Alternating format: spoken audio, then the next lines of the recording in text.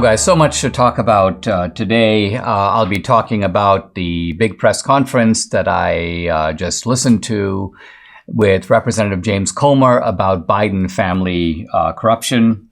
A lot of details that we didn't know before. I'll be talking about Tucker's migration to Twitter. But I want to start with some new information that has been obtained by through the Freedom of Information documents by America First Legal.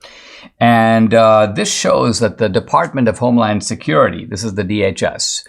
Now, we sometimes confuse these different agencies, the FBI, the CIA, but DHS is huge. DHS, of course, are the people who do all the TSA stuff. They're charged with maintaining the security of the homeland. Well, as it turns out, they're doing a lot beyond that, or put it differently, they're getting involved in normal political debates, and they are trying to educate Americans on ways that we can, well, become spies on each other, become snitches. They're trying to create a nation of snitches. And they're doing it under the guise of, quote, de-radicalization. So supposedly, they're identifying people, again, not Islamic radicals, not Chinese spies, not people who are trying to blow up buildings or blow up airplanes, but rather citizens in the United States who have political views that are supposedly, quote, radical. And they're telling ordinary citizens, here are some things you can do to de-radicalize the situation, de-radicalize these people.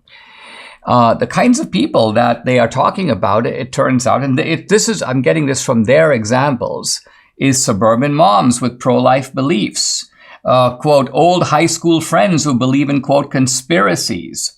And they're identifying these people as people to, quote, keep an eye on. And they even identify specific steps that you can take. Now, let's recognize that this is on top of efforts that we've seen from the Biden regime to set up a Ministry of Truth, a disinformation board. They've tried to create a kind of government, private sector censorship partnership.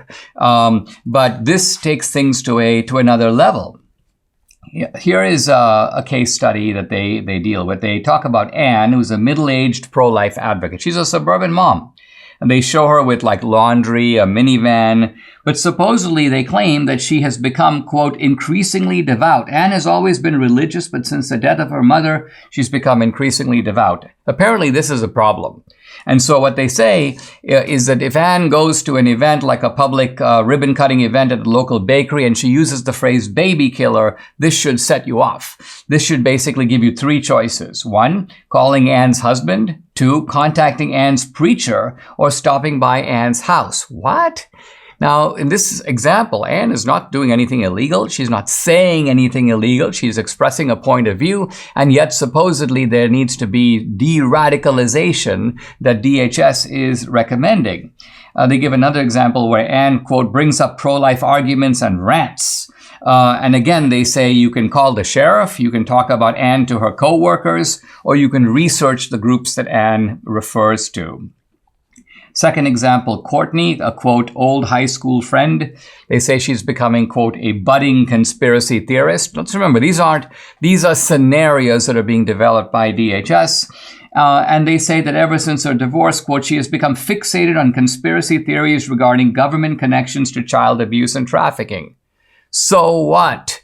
Whether or not Courtney is right, whether these conspiracy theories are right or wrong, where is the need for any kind of government involvement here? And yet the DHS says, hey, you've got three choices to the bystanders. One, monitor Courtney's other posts and conversations. Two, check in with her ex-husband, or basically try to message her to find out more information about what's going on in her life. Again, this is utterly outrageous. I want to emphasize that this goes beyond. The FBI is not allowed to do this. Why? Because the FBI is limited in tracking potentially criminal behavior. It's quite obvious from these examples that no criminal activity is involved at all. They give a third example about a guy named Pete who triggers the DHS intervention by the fact that, quote, he has seen him post on some radical sites with violent tendencies. First of all, I don't know how a site can have a, quote, violent tendency. But second of all, there's no implication that this guy, Pete, is violent. He's not posting any violent content. He's posting on a site that, quote, has these violent tendencies. And again, they tell people you have three options. You can contact Pete's wife. You can interrogate Pete by it at a softball game. Or you can, quote, keep closer tabs on Pete's online activity.